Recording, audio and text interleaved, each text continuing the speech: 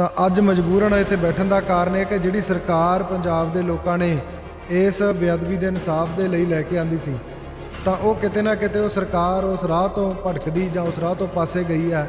ਤਾਂ ਉਹਨਾਂ ਨੂੰ ਯਾਦ ਕਰਵਾਉਣ ਲਈ ਤੇ ਪੰਜਾਬ ਦੇ ਲੋਕਾਂ ਨੂੰ ਵੀ ਕਿਤੇ ਨਾ ਕਿਤੇ ਯਾਦ ਕਰਵਾਉਣ ਲਈ ਜਿਹੜੇ ਅੱਜ ਪਾਰਟੀਆਂ ਦਾ ਝੰਡਾ ਚੱਕ ਕੇ ਮਗਰ ਵਾਹਵਾ ਕਰਦੇ ਆ। ਅੱਜ ਆਪਾਂ ਕਿਹੜੀ ਖੁਸ਼ੀ 'ਚ ਗੁਰੂ ਸਾਡਾ ਗਲੀਆਂ 'ਚ ਅੱਜ ਤੱਕ ਵੀ ਰੋਲਿਆ ਜਾ ਰਿਹਾ। ਸਾਡੇ ਸਿੱਖੀ ਦੇ ਧੁਰੇ ਤੇ ਜਾ ਕੇ ਹਮਲੇ ਕਰਨ ਦੀਆਂ ਕੁਝੀਆਂ ਚਾਲਾਂ ਜਿਹੜੀਆਂ ਦੋਸ਼ੀਆਂ ਵੱਲੋਂ ਕੀਤੀਆਂ ਜਾ ਰਹੀਆਂ, ਦੁਸ਼ਟਾਂ ਵੱਲੋਂ, ਤੇ ਸਰਕਾਰਾਂ ਚੁੱਪ ਹੈ। ਸਰਕਾਰਾਂ ਨੇ ਕੋਈ ਇਦਾਂ ਦੇ ਕਾਇਦੇ ਕਾਨੂੰਨ ਨਹੀਂ ਬਣਾਏ ਜਿਹਦੇ ਵਿੱਚ ਸਖਤ ਸਜ਼ਾਵਾਂ ਮਿਲ ਸਕਣ। 6 ਸਾਲ ਕੋਰਟਾਂ ਕਚਹਿਰੀਆਂ ਦੇ ਧੱਕੇ ਖਾਣ ਤੋਂ ਬਾਅਦ ਅੱਜ ਮਜਬੂਰਨ ਸਾਨੂੰ ਉਹਨਾਂ ਸੜਕਾਂ ਤੇ ਬੈਠਣਾ ਪੈ ਰਿਹਾ ਜਿੱਥੇ ਉਹਨਾਂ ਨੇ ਗੋਲੀਆਂ ਮਾਰ ਕੇ ਮੇਰੇ ਪਿਤਾ ਜੀ ਨੂੰ ਤੇ ਗੁਰਜੀਤ ਸਿੰਘ ਸਰਾਵਾਂ ਨੂੰ ਜਿਹੜਾ ਸ਼ਹੀਦ ਕੀਤਾ ਸੀ। ਤਾਂ ਕੋਈ ਸਰਕਾਰ ਇਸ ਤਰ੍ਹਾਂ ਦੀ ਹੈ ਜਿਹੜੀ ਸਰਕਾਰ ਇਨਸਾਫ ਦੇ ਸਕਦੀ? ਦੇਖੋ ਜੀ, ਲੋਕਾਂ ਦੇ ਅੱਗੇ ਤਾਂ ਕੋਈ ਵੀ ਸਰਕਾਰ ਵੱਡੀ ਨਹੀਂ ਹੈ। ਜੇ ਸਾਡਾ ਇੱਕ ਹੈ ਤਾਂ ਸਰਕਾਰ ਕੋਈ ਵੀ ਹੈ। ਇਨਸਾਫ ਆ, ਗਲਤ ਨੂੰ ਗਲਤ ਉਹ ਸਰਕਾਰਾਂ ਕਹਿਣਗੀਆਂ, ਮਜਬੂਰ ਹੋ ਜਾਂਦੀਆਂ ਕਿ ਸਾਡਾ ਇੱਕਾ ਹੋਵੇ। ਭਾਰਤ ਸਰਕਾਰ ਦੋਸ਼ੀ ਹੈ ਜਾਂ ਫਿਰ ਇਹਦੇ ਵਿੱਚ ਪੰਜਾਬ ਸਰਕਾਰ ਦਾ ਮੁੱਖ ਦੋਸ਼ ਮੰਨਦੇ? ਇਹਦਾ ਇੱਥੇ ਭਾਈ ਸਿਸਟਮ ਦੋਸ਼ੀ ਆ। ਜਿਹੜੇ ਸਿਸਟਮ 'ਚੋਂ ਇਹ ਚੀਜ਼ਾਂ ਨਿਕਲ ਕੇ ਆ ਰਹੀਆਂ, ਜਿਹੜਾ ਸਿਸਟਮ ਇਹਨਾਂ ਨੂੰ ਚਲਾ ਰਿਹਾ, ਸਰਕਾਰ ਕੋਈ ਵੀ ਆ, ਅਕਾਲੀ ਆ, ਕਾਂਗਰਸੀ ਆ, ਬੀਜੇਪੀ ਆ, ਆਪ ਵਾਲੇ ਆ, ਕੋਈ ਵੀ ਆ, ਸਾਨੂੰ ਪਤਾ ਬੇਅਦਬੀ ਕਿਹਨੇ ਕੀਤੀ ਆ। ਤੇ ਉਹਦੇ ਅੱਜ ਸਰਕਾਰ ਦੇ ਨੁਮਾਇੰਦੇ ਉਹਨਾਂ ਦੇ ਡੇਰਿਆਂ ਤੇ ਜਾ ਕੇ ਵੋਟਾਂ ਮੰਗੀ ਜਾਂਦੇ ਆ। ਸੋ ਅਸੀਂ ਕਿਤੋਂ ਇਨਸਾਫ ਭਾਲਦੇ ਇਹਨਾਂ ਤੋਂ? ਸਾਡੇ ਲੋਕਾਂ ਨੂੰ ਇਕੱਠੇ ਹੋਣਾ ਪਊਗਾ। ਸਰਕਾਰ ਜਿਹੜੀ ਮਰਜ਼ੀ ਆ ਉਹਨਾਂ ਨੂੰ ਮਜਬੂਰਨ ਉਹ ਦੋਸ਼ੀਆਂ ਨੂੰ ਸਜ਼ਾਵਾਂ ਦੇਣੀਆਂ ਪੈਣੀਆਂ ਜੇ ਲੋਕਾਂ ਦਾ ਇੱਕ ਹੋਊਗਾ। ਬਾਈ ਜੀ, ਜੇ ਵਿਸ਼ਵਾਸ ਹੁੰਦਾ, ਦੋ ਸਰਕਾਰਾਂ ਦੇਖੀਆਂ, ਦੋਵਾਂ ਦੇ ਵਿੱਚ ਕਾਂਡ ਹੋਇਆ। ਇੱਕ ਸਾਡੀ ਪੰਥਕ ਹੋਣ ਵਾਲੀ ਸਰਕਾਰ, ਉਹਦੇ ਵਿੱਚ ਬੇਅਦਬੀ ਹੁੰਦੀ ਤਾਂ ਸਾਨੂੰ ਸ਼ਰਮ ਨਾਲ ਮਰਨਾ ਚਾਹੀਦਾ ਕਿ ਸਾਡੇ ਇਸ਼ਟ ਦੀ ਬੇਅਦਬੀ ਉਸ ਰਾਜ ਦੇ ਵਿੱਚ ਹੋਈ। ਦੂਸਰੀ ਸਰਕਾਰ ਜਿਹੜੀ ਇਸ ਚੀਜ਼ ਨੂੰ ਲੈ ਕੇ ਆਈ ਤਾਂ ਉਹਦਾ ਟਰਮ ਪੂਰੀ ਹੋ ਰਹੀ ਹੈ। ਕਿਹਦੇ ਤੇ ਆਪਾਂ ਵਿਸ਼ਵਾਸ ਕਰਾਂਗੇ? ਕਦੇ ਤਾਂ ਕਹਿੰਦੇ ਆ ਵੀ ਸਾਨੂੰ ਤੁਸੀਂ ਟਾਈਮ ਦੇ ਕੇ ਦੇਖੋ। ਹੁਣ ਤਾਂ ਟਾਈਮ ਵੀ ਪੂਰਾ ਦਿੱਤਾ ਸੀ ਕਿ ਜੋ ਕੌਮ ਨੂੰ, ਪੰਜਾਬ ਦੇ ਲੋਕਾਂ ਨੂੰ ਢਾਹ ਸਾਨੂੰ ਬਗਰਾੜੀ ਮੋਰਚੇ 'ਚੋਂ ਲੱਗੀ ਆ। ਤਾਂ ਮੈਂ ਸਮਝਦਾ ਕਿ ਜੇ ਉੱਥੋਂ ਜਿੱਤ ਪ੍ਰਾਪਤ ਕੀਤੀ ਹੁੰਦੀ ਤਾਂ ਦਿੱਲੀ ਵਾਲੇ ਕਾਲੇ ਕਾਨੂੰਨ ਵੀ ਨਹੀਂ ਬਣਨੇ ਸੀ, ਕਿਉਂਕਿ ਪੰਜਾਬ ਦੇ ਲੋਕਾਂ ਦੀ ਮੈਜੋਰਟੀ ਉਹਨਾਂ ਨੂੰ ਪਤਾ ਲੱਗ ਜਾਣੀ ਸੀ। ਤੇ ਅਸੀਂ ਬਗਰਾੜੀ ਦੇ ਵਿੱਚੋਂ ਕੁਝ ਕੁ ਗੱਲਾਂ ਸੁਣ ਕੇ ਉੱਠ ਖੜੇ ਆ ਤਾਂ ਹੀ ਸਾਡੇ ਤੇ ਦਿੱਲੀ ਹੈਵੀ ਹੋ ਕੇ ਆਈ ਆ। ਬਹਿਣਾ ਹੀ ਤਾਂ ਪਿਆ ਜੇ ਇਨਸਾਫ ਨਹੀਂ ਮਿਲਿਆ। ਇਨਸਾਫ ਸਾਨੂੰ 6 ਸਾਲ ਹੋ ਗਏ, ਬਸ ਅੱਜ ਮਿਲਦਾ, ਕੱਲ੍ਹ ਮਿਲਦਾ, ਉਦੋਂ ਮਿਲਦਾ। ਇਨਸਾਫ ਮੰਗਦੇ ਅਸੀਂ, ਹੋਰ ਕੁਛ ਨਹੀਂ ਮੰਗਦੇ। ਉਮੀਦ ਤਾਂ ਰਹੂਗੀ ਉਹਨਾਂ ਚਿਰ ਜਿੰਨਾ ਚਿਰ ਜਿਉਂਦੇ ਆ। ਉਮੀਦ ਆਸਰੇ ਤੁਰੇ ਫਿਰਦੇ ਆ। ਜੇ ਉਮੀਦ ਹੀ ਛੱਡ ਦਿਆਂਗੇ ਫਿਰ ਤਾਂ ਬਹਿਣ ਦੀ ਲੋੜ ਹੀ ਨਹੀਂ। ਜਦੋਂ ਲੋਕਾਂ ਨੇ ਕਾਨੂੰਨ ਆਪਣੇ ਹੱਥ ਵਿੱਚ ਲਿਆ, ਜੇ ਇਨਸਾਫ ਮਿਲਦਾ ਹੁੰਦਾ ਤਾਂ ਕਾਨੂੰਨ ਲੋਕ ਆਪਣੇ ਹੱਥ ਵਿੱਚ ਨਹੀਂ ਸੀ। ਮਤਲਬ ਲੋਕਾਂ ਦਾ ਭਰੋਸਾ ਉੱਠ ਚੁੱਕਿਆ ਹੈ। ਨਾ ਸਰਕਾਰਾਂ 'ਤੇ ਭਰੋਸਾ ਹੈ, ਨਾ ਕੋਰਟਾਂ 'ਤੇ ਭਰੋਸਾ ਹੈ, ਕਿਉਂਕਿ ਨਾ ਤਾਂ ਕੋਰਟਾਂ ਕੰਮ ਕਰਦੀਆਂ ਆਪਦਾ ਜਿਹੜਾ ਉਹਨਾਂ ਦਾ ਬਣਦੀਆਂ ਜ਼ਿੰਮੇਵਾਰੀਆਂ, ਜਿਹਦੇ ਵਾਸਤੇ ਐਡੇ ਵੱਡੇ ਤਾਮ-ਝਾਮ ਬਣਾ ਰੱਖੇ ਆ। ਅਤੇ ਜਦੋਂ ਕੁਛ ਵੀ ਨਹੀਂ ਹੁੰਦਾ ਤਾਂ ਫਿਰ ਲੋਕ ਕਾਨੂੰਨ ਆਪਣੇ ਹੱਥ ਵਿੱਚ ਲੈਂਦੇ ਨੇ।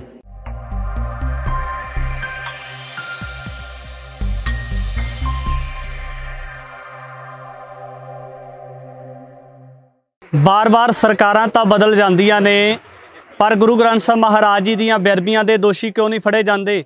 ਕਿਉਂ ਨਹੀਂ ਸਰਕਾਰਾਂ ਉਹਨਾਂ ਲੋਕਾਂ ਦੇ ਨਾਲ ਇਨਸਾਫ ਕਰਦੀਆਂ ਜਿਨ੍ਹਾਂ ਲੋਕਾਂ ਨੇ ਸਮੇਂ ਅਨੁਸਾਰ ਜਿਹੜਾ ਸੀ ਆਪਣੀ ਬਣਦੀ ਹੋਈ ਭੂਮਿਕਾ ਨਿਭਾ ਕੇ ਵਧੇਰੇ ਵੱਡੀ ਤਾਦਾਦ ਦੇ ਵਿੱਚ ਕੁਰਬਾਨੀਆਂ ਵੀ ਕੀਤੀਆਂ?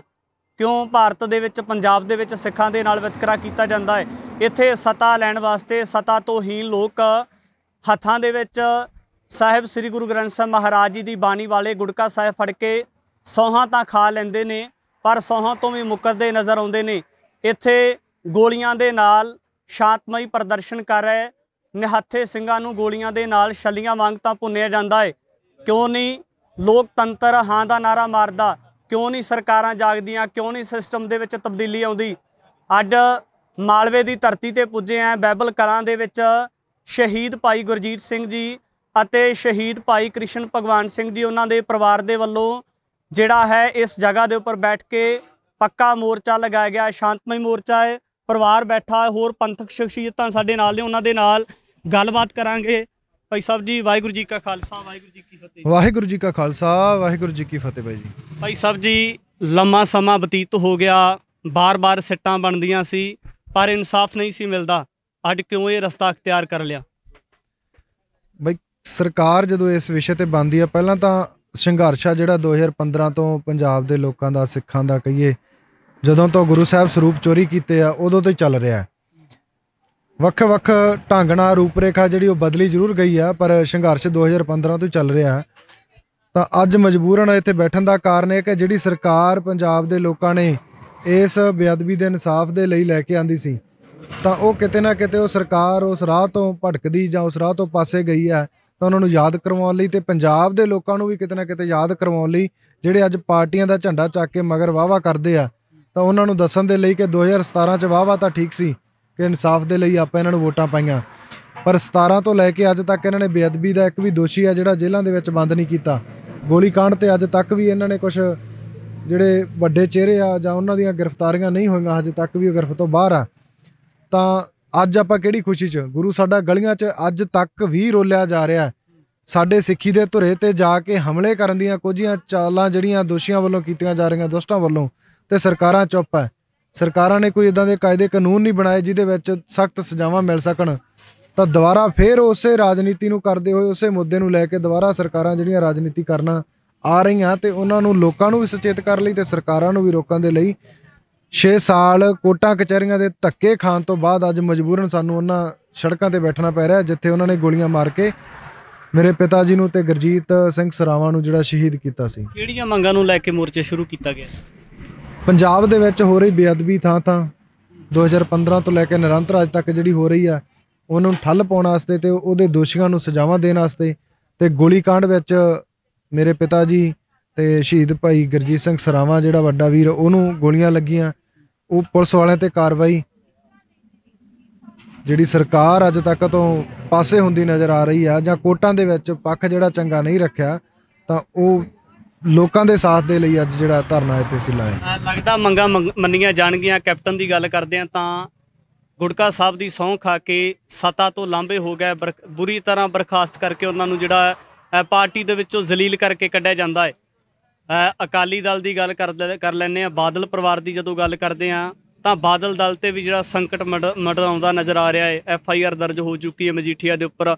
ਪਾਰਟੀ ਦੇ ਜਿਹੜੇ ਨੁਮਾਇੰਦੇ ਸੀ ਉਹ ਭਾਜਪਾ ਦਾ ਪੱਲਾ ਫੜਦੇ ਨਜ਼ਰ ਆ ਰਹੇ ਨੇ। ਲੱਗਦਾ ਹੈ ਕਿ ਸਰਕਾਰਾਂ ਜਦੋਂ ਤਬਦੀਲੀ ਹੁੰਦੀ ਹੈ ਤਾਂ ਕੋਈ ਸਰਕਾਰ ਇਸ ਤਰ੍ਹਾਂ ਦੀ ਹੈ ਜਿਹੜੀ ਸਰਕਾਰ ਇਨਸਾਫ ਦੇ ਸਕਦੀ ਹੈ? ਦੇਖੋ ਜੀ, ਲੋਕਾਂ ਦੇ ਅੱਗੇ ਤਾਂ ਕੋਈ ਵੀ ਸਰਕਾਰ ਵੱਡੀ ਨਹੀਂ ਹੈ। ਜੇ ਸਾਡਾ ਇੱਕ ਹੈ ਤਾਂ ਸਰਕਾਰ ਕੋਈ ਵੀ ਹੈ।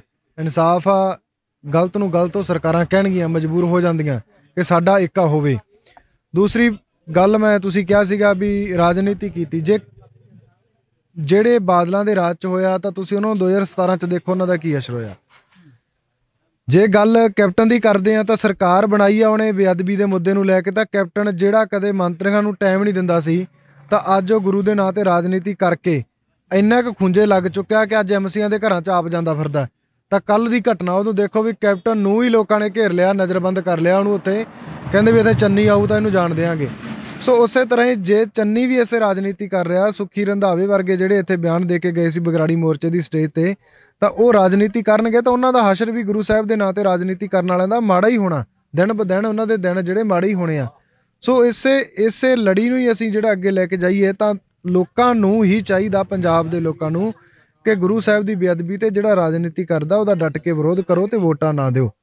ਇਲਾਕੇ ਦੇ ਲੋਕਾਂ ਦਾ ਸਮਰਥਨ ਕਿਵੇਂ ਦਾ? ਬਹੁਤ ਵਧੀਆ। ਪੰਜਾਬ ਦੀਆਂ ਸੰਗਤਾਂ ਦਾ ਸਮਰਥਨ ਆ ਜਿਹੜਾ ਬਹੁਤ ਵਧੀਆ। ਤੁਸੀਂ ਦੇਖ ਰਹੇ ਹੋ, ਤੁਸੀਂ ਵੀ ਤਕਰੀਬਨ ਘੰਟੇ ਤੋਂ ਇੱਥੇ ਖੜੇ ਹੋ, ਤੁਹਾਨੂੰ ਪਤਾ ਲੱਗ ਰਿਹਾ ਕਿ ਜਿਹੜਾ ਪੰਜਾਬ ਦੇ ਵਿੱਚ ਗੁਰੂ ਸਾਹਿਬ ਨੂੰ ਪਿਆਰ ਕਰਨ ਵਾਲਾ, ਜ਼ਰੂਰੀ ਨਹੀਂ ਉਹ ਸਿੱਖ ਹੋਵੇ, ਜਿਹੜਾ ਇਸ ਭਾਵਨਾਵਾਂ ਨੂੰ ਸਮਝਦਾ ਕਿ ਬੇਅਦਬੀ ਹੋਈ ਆ ਤਾਂ ਉਹਦੇ ਰੋਸ ਵਜੋਂ ਧਰਨਾ ਲੱਗਿਆ, ਉਹਦੇ ਰੋਸ ਵਜੋਂ ਮੋਰਚਾ ਚੱਲ ਰਿਹਾ, ਤਾਂ ਉਹਦਾ ਇਨਸਾਫ ਮਿਲਣਾ ਚਾਹੀਦਾ। ਉਹ ਹਰ ਇੱਕ ਸਿੱਖ ਦਾ ਸਾਨੂੰ ਸਮਰਥਨ ਆ, ਉਹ ਚਾਹੇ ਘਰੇ ਬੈਠਾ ਤੇ ਚਾਹੇ ਦੇਸ਼ ਵਿਦੇਸ਼ 'ਚ ਬੈਠਾ ਤੇ ਚਾਹੇ ਬਾਈਬਲ ਮੋਰਚੇ ਤੇ ਬੈਠਾ। ਸਿੱਟ ਦੀ ਜਾਂਚ ਕਰਨ ਵਾਲੇ ਸਾਬਕਾ IG ਕੁੰਵਰ ਵਿਜੇ ਪ੍ਰਤਾਪ ਸਿੰਘ ਤੁਹਾਡੇ ਕੋਲ ਆਏ ਸੀ, ਗੱਲਬਾਤ ਹੋਈ, ਕਿਸ ਵਿਸ਼ੇ ਨੂੰ ਲੈ ਕੇ ਗੱਲਬਾਤ ਹੋਈ ਉਹਨਾਂ ਨਾਲ? ਉਹਨਾਂ ਨੇ ਆਪਣਾ ਪੱਖੋਂ ਸਾਰਾ ਖੁੱਲ੍ਹ ਕੇ ਰੱਖਿਆ ਕਿ ਜਾਂਚ ਆ ਜਿਹੜੀ ਅਸੀਂ ਇਸ ਤਰੀਕੇ ਦੀ ਕੀਤੀ ਸੀ ਤੇ ਇਹ 'ਚ ਦੋਸ਼ੀ ਸੀਗੇ। ਤਾਂ ਦੂਸਰੇ ਪਾਸੇ ਜੇ ਕੋਰਟ ਦੇ ਵਿੱਚ ਵੀ ਜਾਂਚ ਉਹਨਾਂ ਦੀ ਨਿਰੰਤਰ ਜਾਰੀ ਆ, ਪਈ ਆ, ਜਿਹਦੇ ਤੇ ਟ੍ਰਾਇਲ ਹੀ ਨਹੀਂ ਸ਼ੁਰੂ ਕਰ ਸਕੀ ਸਰਕਾਰ, ਗਵਾਹੀਆਂ ਨਹੀਂ ਕਰਵਾ ਸਕੀ ਸਰਕਾਰ, ਤਾਂ ਉਹ ਤੇ ਸਜ਼ਾਵਾਂ ਤਾਂ ਕਿੱਥੋਂ ਦੇਣੀਆਂ। ਸੋ ਉਹ ਅੱਜ ਆਪਣੇ ਕੋਲੇ ਜਾਗਦੀ ਉਦਾਹਰਨ ਆ ਕਿ ਉਹ ਬੰਦਾ ਮਜਬੂਰਨ ਇਹਨਾਂ ਦੇ ਸਿਸਟਮ ਤੋਂ ਖਫਾ ਹੋ ਕੇ ਉਹਨੂੰ ਉਹ ਰਾਹ ਅਪਣਾਉਣਾ ਪਿਆ ਵੀ ਜਿਹੜੇ 'ਚ ਜ਼ਿਆਦਾ ਪਾਵਰ ਹੈ। ਜੇ ਆਪਾਂ ਕਹੀਏ ਨਾ ਪੁਲਿਸ ਅਧਿਕਾਰੀ ਦੀ ਪਾਵਰ ਜ਼ਿਆਦਾ ਹੋਊਗੀ ਤਾਂ ਉਹ ਸਾਬਤ ਕਰਦੀ ਹੈ ਕਿ ਇੱਕ IG ਰੈਂਕ ਦਾ ਬੰਦਾ ਜਿਹੜਾ ਥੋੜੇ ਸਮੇਂ ਦੇ ਵਿੱਚ ਸਮਝਦੇ ਵੀ DGP ਤੱਕ ਵੀ ਜਾ ਸਕਦਾ ਸੀ, ਇਹ DGP ਵੀ ਬਣ ਸਕਦਾ ਸੀਗਾ, ਉਹ ਅਧਿਕਾਰੀ ਆਪਣਾ ਉਹ ਕਾਰੋਬਾਰ ਛੱਡ ਕੇ ਰਾਜਨੀਤੀ 'ਚ ਆ ਰਿਹਾ। ਤਾਂ ਇਹ ਤੋਂ ਸਿੱਧੇ ਸਾਫ਼ ਸਪਸ਼ਟ ਹੁੰਦਾ ਕਿ ਰਾਜਨੀਤੀ ਹੈ ਜਿਹੜੀ ਉਹਦੇ ਹੱਥ 'ਚ ਆ ਸਾਰੇ ਜਿਹੜੇ ਅਧਿਕਾਰੀ ਆ, ਚਾਹੇ ਪੁਲਿਸ ਆਫੀਸਰ ਆ ਤੇ ਚਾਹੇ DGP ਆ, ਚਾਹੇ ਕੋਈ ਵੀ ਆ। ਰਾਜਨੀਤੀ ਆ ਜਿਹੜੀ ਉਹ ਵੱਡੀ ਆ, ਤਾਂ ਉਹਨੂੰ ਰਾਜਨੀਤੀ ਦਾ ਰਾਹ ਅਪਣਾਉਣਾ ਪਿਆ, ਉਹਨੂੰ ਪੋਲੀਟੀਸ਼ੀਅਨ ਬਣਨਾ ਪਿਆ, ਸਰਕਾਰੀ ਦਾ ਬਣਨਾ ਪਿਆ ਉਹਨੂੰ, ਉਹ ਬਈ ਉਹ ਵੋਟਾਂ ਲੈ ਕੇ ਜਿਹੜਾ ਅੱਗੇ ਅਧਿਕਾਰੀਆਂ ਦੇ ਉੱਪਰ ਆਪਦੀ ਪਕੜ ਰੱਖੋ, ਤਾਂ ਉਹਦਾ ਉਹ ਤਰੀਕਾ ਉਹਨੇ ਅਪਣਾਉਣਾ। ਜੇ ਆਪਾਂ ਬੇਅਦਬੀ ਇਨਸਾਫ ਦੀ ਗੱਲ ਆਈਏ, ਦੋਸ਼ੀਆਂ ਦੀ ਗੱਲ ਆਈਏ, ਬਹਿਬਲ ਕਲਾਂ ਦੀ ਜਾਂ ਕੋਟਕਪੂਰਾ ਦੀ ਗੱਲ ਆਈਏ, ਤਾਂ ਕੀ ਇਹਦੇ ਵਿੱਚ ਭਾਰਤ ਸਰਕਾਰ ਦੋਸ਼ੀ ਹੈ ਜਾਂ ਫਿਰ ਇਹਦੇ ਵਿੱਚ ਪੰਜਾਬ ਸਰਕਾਰ ਦਾ ਮੁੱਖ ਦੋਸ਼ ਮੰਨਦੇ ਹੋ? ਇਹਦਾ ਇੱਥੇ ਬਈ ਸਿਸਟਮ ਦੋਸ਼ੀ ਆ। ਜਿਹੜੇ ਸਿਸਟਮ 'ਚੋਂ ਇਹ ਚੀਜ਼ਾਂ ਨਿਕਲ ਕੇ ਆ ਰਹੀਆਂ, ਜਿਹੜਾ ਸਿਸਟਮ ਇਹਨਾਂ ਨੂੰ ਚਲਾ ਰਿਹਾ ਸਰਕਾਰ, ਕੋਈ ਵੀ ਆ, ਅਕਾਲੀ ਆ, ਕਾਂਗਰਸੀ ਆ, BJP ਆ, ਆਪ ਵਾਲੇ ਆ, ਕੋਈ ਵੀ ਆ, ਉਹ ਸਾਰੇ ਦੋਸ਼ੀਆਂ ਦੀ ਕਤਾਰ 'ਚ ਇਸ ਕਰਕੇ ਜਿਹੜੇ ਉਹ ਸਿਸਟਮ 'ਚ ਵੱਜੇ ਆ। ਇਹਨਾਂ ਨੂੰ ਤਾਂ ਇਹ ਨਹੀਂ ਪਤਾ ਪੰਜਾਬ ਸਰਕਾਰ ਨੂੰ ਕਿ ਇਹਨਾਂ ਦਾ CM ਕਦੋਂ ਪਾਸੇ ਹੋ ਜਾਣਾ ਤੇ ਕਦੋਂ ਨਵਾਂ ਆ ਜਾਣਾ। ਇਹ ਤਾਂ ਸਿਰਫ ਇੱਕ ਲੋਕਾਂ ਨੂੰ ਲੋਲੀਪੌਪ ਦਿੰਦੇ ਆ, ਵਾਅਦੇ ਕਰਦੇ ਆ ਕਿ ਅਸੀਂ ਐਂ ਕਰ ਦਿਆਂਗੇ, ਅਸੀਂ ਐਂ ਕਰ ਦਿਆਂਗੇ, ਪਰ ਇਹਨਾਂ ਦੇ ਕਰਨ ਵਾਲੀ ਹੱਥ 'ਚ ਕੋਈ ਗੱਲ ਨਹੀਂ ਹੈ। ਜੇ ਕਰਨਾ ਚਾਹੁੰਦੇ ਤਾਂ 5 ਸਾਲ ਲੋਕਾਂ ਨੇ ਦੇਖਿਆ ਤੇ ਇੱਕ ਵੀ ਦੋਸ਼ੀ ਨੂੰ ਸਜ਼ਾ ਨਹੀਂ ਦੇ ਸਕੇ। ਇਹਨਾਂ ਤੋਂ ਤਾਂ ਦੋਸ਼ੀ ਵੱਡਾ ਹੋ ਗਿਆ, ਕੋਰਟ ਤੋਂ ਰਿਲੀਫ ਇਹ ਲੈ ਕੇ ਗਿਆ ਕਿ ਉਹਨੂੰ ਤੁਸੀਂ ਵੋਟਾਂ ਤੱਕ ਉਹਨੂੰ ਗ੍ਰਿਫਤਾਰ ਨਹੀਂ ਕਰ ਸਕਦੇ। ਇਹ ਕਿੱਥੋਂ ਦਾ ਕਾਨੂੰਨ ਆ? ਜਿਹੜੇ ਕਾਨੂੰਨ ਦੇ ਹੱਥ ਬਹੁਤ ਲੰਬੇ ਆ, ਇੱਥੇ ਉਹ ਹੱਥ ਆ ਜਿਹੜੇ ਕਿਸੇ ਵੀ ਦੋਸ਼ੀ ਨੂੰ ਫੜਨ ਤੱਕ ਨਹੀਂ ਆਏ। ਦੂਸਰੇ ਪਾਸੇ ਜਿਹੜੀ ਸਰਕਾਰ ਕਹਿੰਦੀ ਆ ਸਾਨੂੰ ਪਤਾ ਬੇਅਦਬੀ ਕਿਹਨੇ ਕੀਤੀ ਆ, ਤੇ ਉਹਦੇ ਅੱਜ ਸਰਕਾਰ ਦੇ ਨੁਮਾਇੰਦੇ ਉਹਨਾਂ ਦੇ ਡੇਰਿਆਂ ਤੇ ਜਾ ਕੇ ਵੋਟਾਂ ਮੰਗੀ ਜਾਂਦੇ ਆ। ਸੋ ਅਸੀਂ ਕਿੱਥੋਂ ਇਨਸਾਫ ਭਾਲਦੇ ਇਹਨਾਂ ਤੋਂ?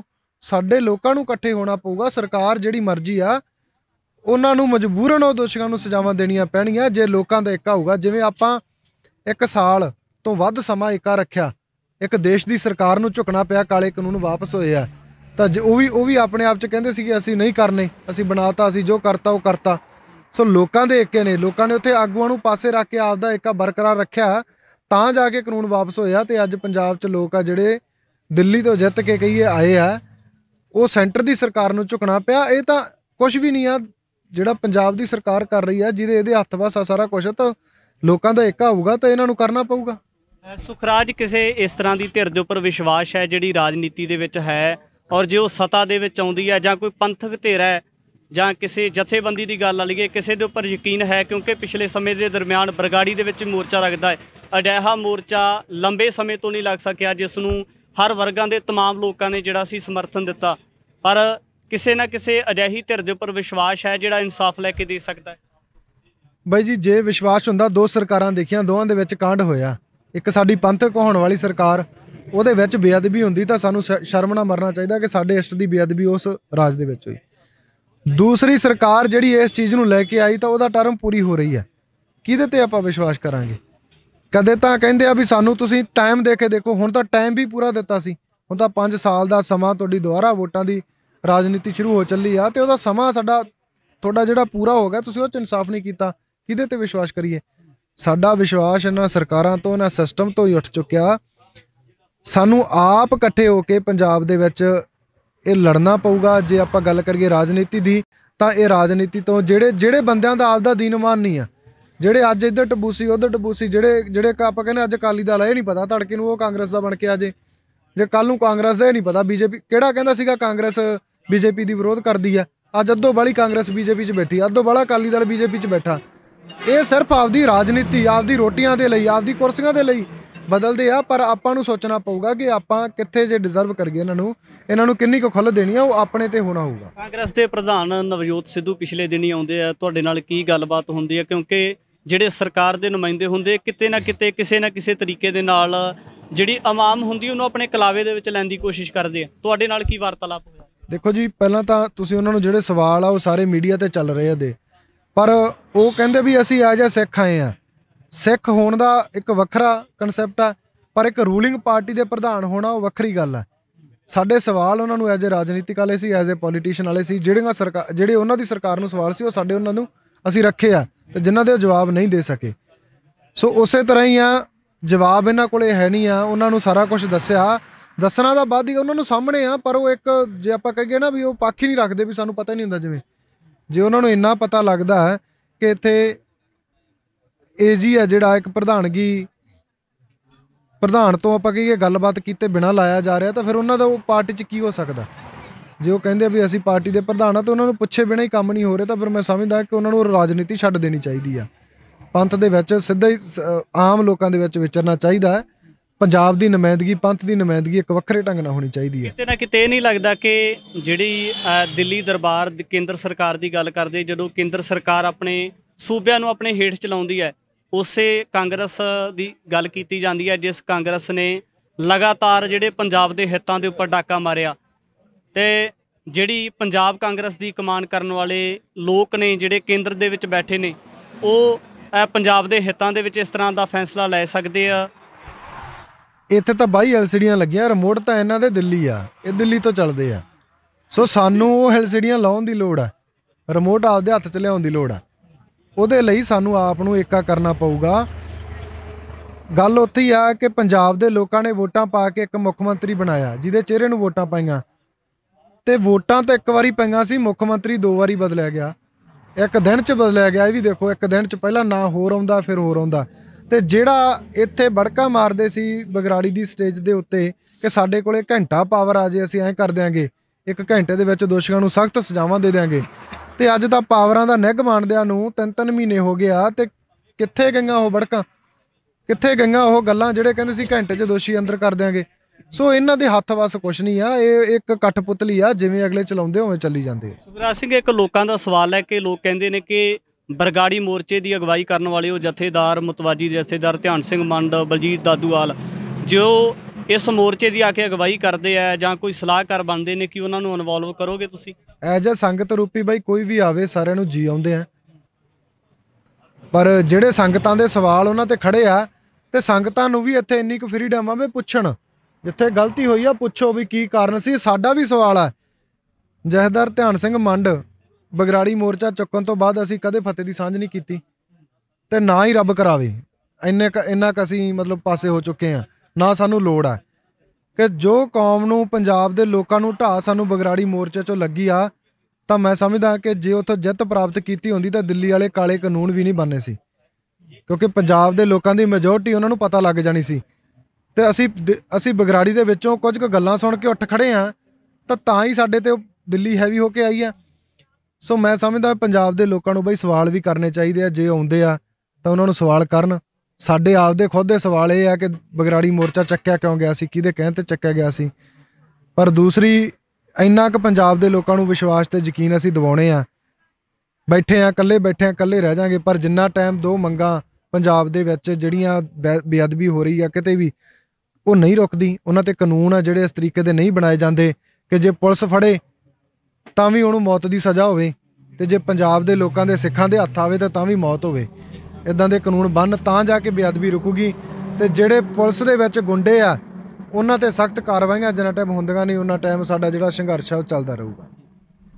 ਸ਼ਹੀਦ ਕ੍ਰਿਸ਼ਨ ਭਗਵਾਨ ਸਿੰਘ ਜੀ ਦੇ ਬੇਟੇ ਸੁਖਰਾਜ ਸਿੰਘ ਨਿਆਮੀਵਾਲਾ ਦੇ ਨਾਲ ਗੱਲਬਾਤ ਕੀਤੀ ਹੈ। ਸ਼ਹੀਦ ਗੁਰਜੀਤ ਸਿੰਘ ਜੀ ਦੇ ਪਿਤਾ ਜੀ ਦੇ ਨਾਲ ਗੱਲਬਾਤ ਕਰ ਲੈਂਦੇ। ਬਾਪੂ ਜੀ, ਅੱਜ ਪੁੱਤ ਦੀ ਸ਼ਹਾਦਤ ਦਾ ਇਨਸਾਫ ਲੈਣ ਵਾਸਤੇ ਗੁਰੂ ਗ੍ਰੰਥ ਸਾਹਿਬ ਮਹਾਰਾਜ ਜੀ ਦੀਆਂ ਬੇਅਦਬੀਆਂ ਪਹਿਲਾਂ ਵੀ ਹੋਈਆਂ, ਮੌਜੂਦਾ ਸਮੇਂ ਦੇ ਵਿੱਚ ਵੀ ਹੋ ਰਹੀਆਂ, ਸਰਕਾਰ ਤੋਂ ਇਨਸਾਫ ਲੈਣ ਵਾਸਤੇ ਬੈਠੇ ਹੋ, ਕਿਵੇਂ ਦੇਖਦੇ ਹੋ ਜੀ?